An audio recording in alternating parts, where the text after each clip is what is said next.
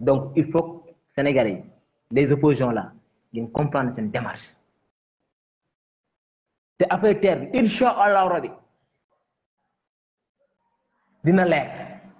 ku ko mënti def xamoo fan la nekk nag parce que du ma tuumaal nit du ma wax kan la du ma wax ne diw wala diw déedéet mais dina leer te xam nga la rentabilité terre bi ma laaj leen benn question ma ngi ko tabax këram mais dama ko tax pour samay njaboot ñi am fi ñu dugg ñi am fi ñu suturoo nga ne man mii tabax sama kër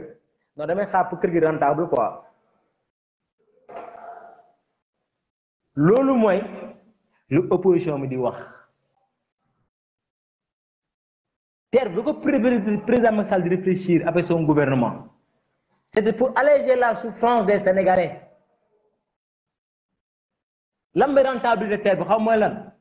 le terre est rentable si benn côté mooy aujourd'hui les Sénégalais soo demee laaj waa Pikine nga laaj waa Thiaroye nga laaj waa Guédiawaye nga laaj waa Yène nga laaj waa Thiès nga laaj waa Mbour ne la woon ne ah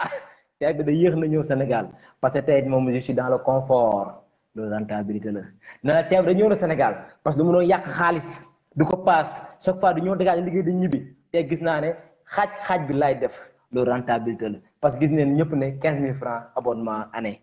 mois bi loolu ñëpp xam ne ni dañ ko doon dépassé ñu dëkk foofu noonu en question de temps nga gis kenn ko da wax naa la ah man de su ma xëyoon sama kër yi dem liggéey 10 heures ak bureau man de dàq ne ma sama liggéey parce que mun ma woon teel a yegsi tout ça ñun ñëpp tey loolu tey dafa jeex et ko xam ne def naa la man de jógee naa Mbour ñëw naa liggéey si en quelques minutes laa yegsi sama bureau te tey tamit ñoo ñëpp di liggéey si foofu mooy impact économique bi parce que nit ko xam ne dafa jóge këram ñoo liggéey si ànd ak coono ànd ak pression oto yi di ko sonal embouteillage di ko sonal ko si seen bureau bi il sera pas efficace mais yéen amoo leen xam-xam parce que tey sénégalais yooyu noonu di jël terre sénégalais yooyu di jël terre di ñëw sénégalais yooyu di jël terre di ñëw di liggéey si tey ils sont beaucoup plus rentables c'est ça la rentabilité du terre c'est ça la rentabilité du terre ils sont rentables tey dañuy dem seen bureau nekk en forme suñ doon liggéey 1 ils vont faire 1000 tey day feeñ si suñ gafaga day feeñ si suñ ressource parce que affaire bi day gaaw boole lu président Macky Sall di def tamit sur les réformes te dinaa si ñëw wax na ko ñëpp tëb di dal am na ay réformes bëri yu mu def ba bii ma lay mujj wax nii si collectivité si l'organe de type des collectivités territoriales ba bii ma lay mujj wax si réforme yi la bokk pour jagal pour que Sénégal développé ba si acte 3 de la décentralisation dans le PSE il y a beaucoup de réformes qui ont été faites dans l'éducation santé environnement fu nekk des réformes yoo xam ne ça va nous permettre d'avancer plus vite loolu dinaa si ñëw si yeneen vidéo wala si yeneen vidéo yoo xam ne dama koy def après posté ko wala si émission incha allah rabi parce que le président Macky Sall def ça va prendre du temps pour que ñu war ko mën a présenter si émission si live nii kese di lancer nag un appel au président Macky Sall d'après lu mu def lu rafet nii mooy jël Mimi Touré def ko tête de liste départementale nekk loo xam ne nii ñëpp si ànd parce que c'est une personne boo xam ne ñëpp xam neen sa personnalité sa grandeur am ñëpp xam neen ne ses compétences état ñëpp xam neen sa constance donc de dire merci au président de la République comme ni ma ko waxee au début de mes propos si choix tête de liste Mimi Touré bi du wax le président Macky Sall que la liste qu'on va faire liste bii di ñëw nii président Macky Sall ngir yàlla dugal jeunesse bi ngir yàlla président Macky Sall investir la jeunesse parce que jamono gi le combat là c'est le combat de la jeunesse jeunesse bi ñoo war a taxaw jàkkaarloo ces soi-disant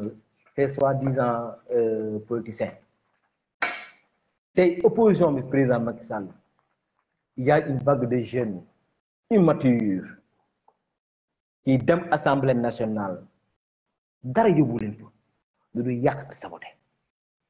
gaa yi naan assemblée nationale de rupture ndax assemblée nationale mën na la di assemblée am gën a yées assemblée nationale yi parce que ami xam-xam perturbé ak jaxase moo leen fa nar a yóbbu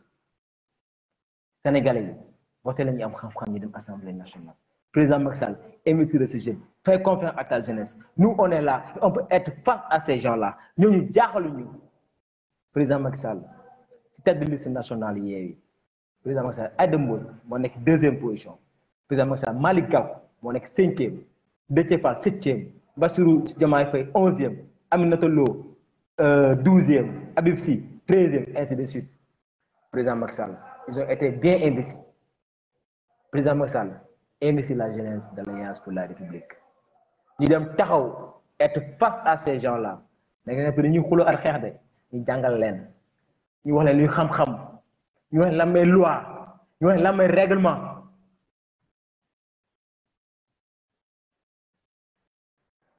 ñu wax lan may loi ak lan may règlement investir la jeunesse sénégalaise je vous en prie maa ngi koy waxaat investir la jeunesse de l'Alliance pour la République investir la jeunesse de Benno Bokk Yaakaar il mérite ça et ana yu bëri ñuy taxaw di xeex di la yuuxul di la défendre foo nekkut ba si biir douche si ñuy sangu dañuy wax téléphone di la défendre président Macky Sall jeunesse da nga koy jox moromu jeune am mu jàkkaarloog at moom donc investir la jeunesse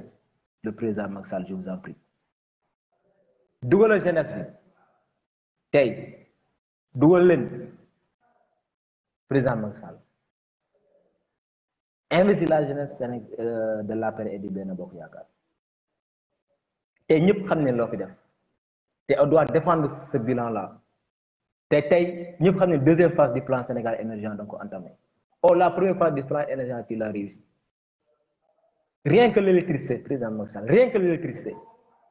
Sénégal on parle yaa ngi dégg tey Allemagne avec la guerre de l'Ukraine et de la Russie ñu ngi dégg tey France ñuy wax ne comment faire pour ab autonomie président Macky Sall ba nga faloo ba léegi ab autonomie en énergie moo ñu bëggal aujourd'hui on a si autonomie en énergie gars yi naan président Macky Sall lii mu def ko njëkk ñu la war a mais président Macky Sall day xalaat ñu ne xalaatoo leen te li muy def ni di inaugurer ETER la moo koy dawal courant li muy def ni di faire appel aux industries de venir s'investir sur la chaîne de valeur de l'agriculture de l'élevage et pêche te loolu moo si faire appel à la jeunesse ñu dem di faire appel à secteur privé national ñu dem investir sur la chaîne de valeur de l'agriculture de l'élevage et de la pêche ñu dem positionné wu bëri na chaîne de valeur bi bëri na dem la ngeen positionné wu ngeen jàppale jeunes yi le secteur privé national bàyyi leen di investir si bâtiment dem leen investir si le secteur primaire agriculture élevage pêche le président Macky Sall a aménagé plus de 63 000 hectares de terre dem leen ngeen jël ko ngeen dem investir si secteur yooyu embaucher la jeunesse sénégalaise ñu dem liggéeyi la jeunesse sénégalaise allez aussi vous investir dans ça la jeunesse sénégalaise tey président Macky Sall créé na ay créneaux d'investissement yoo xam ne tey mun ngeen ko am dem leen defe di seen projet dans le secteur primaire agriculture élevage pêche moo yor réew moo tax ñu autosuffisant en aliment le président Macky Sall lan la mu mën teg les jalons wax Sénégal fan leen war a jaar et il l'a fait lépp loo xam ne problème de suuf dafa def réforme di foncier président Macky Sall dem na réforme foncier ba tey ji wax dëgg seen ne yàlla tey pour am suuf pour dem béy wala pour am suuf pour dem investir dafa industrie jafee tut moom si boppam day def na aménage 63 000 hectares plus de 63 000 hectares de terre pour sénégalais yi soo leen demee tey si yenn structure de financement yi président Macky Sall dafa créer parce que dafa xam ne sénégalais yi les jeunes ont des problèmes d'investissement parce que banques yi foo dem ñu laal la ay garantie mu indi FONGIP mu indi 3FPT mu indi DER mu indi FONSIS DMPE yooyu yëpp ce sont des structures de financement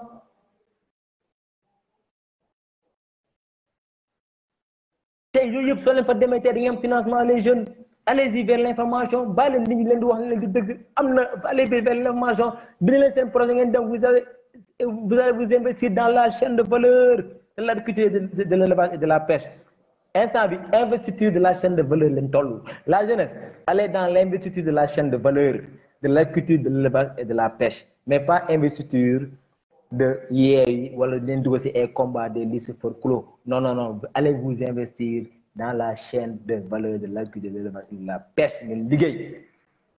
le président Macky Sall a mis tous ces jalons là dem leen ci delta nord bi dem leen ci delta au centre c'est aménagé nit ñi ay jeunes ñu fay dem di béy et surtout de financement di financer après production bi il y a la distribution il y a l'écoulement si chaîne va dem leen positionné foofu soble bi mi ngi nëb la transformation alimentaire dem leen ngeen jël soble boobu nëb ngeen transformé mango mi ngi nëb dem leen jël mango bi ngeen def la transformation écrivez des projets foofu la opposition wala leen xàcc wax leen ko wan leen yoon bi mais yéen aussi ay xeex et mobilisation je suis vraiment désolé ñun de notre côté li ñu si def li ñu mun jeune li ñu gis dinañ ko jox orientation te incha allah dem ku ma consulter ku ma contacter ma jox la orientation la si yoon ba nga dem ba am sa financement te kenn du la dimbale damay teg yoon yi tey soo jëlee Prodac le président Macky Sall a créé ça pour la jeunesse bépp jeune bu am problème suuf parce que da nga dem banque ñu la non ñu lebal xaalis parce que amoo xaalis amoo oto amoo kër képp am problème matériel agricole képp am problème de financement de soo ñëwee tey Prodac ñu lijjanti la ko il y a les DAC qui sont là soo demee il y a des GIA qui sont là-bas des groupements économiques agricoles yoo xam ne da ngay ñëw ñu former la de pare jox la suuf jox la ay matériel jox la ndox jox la engrais jox la lépp nga béy dundee de pare nga embauché Sénégalais yi allez-y dans ça c'est ça l'essentiel je pense que amutoon benn intervention ci sama live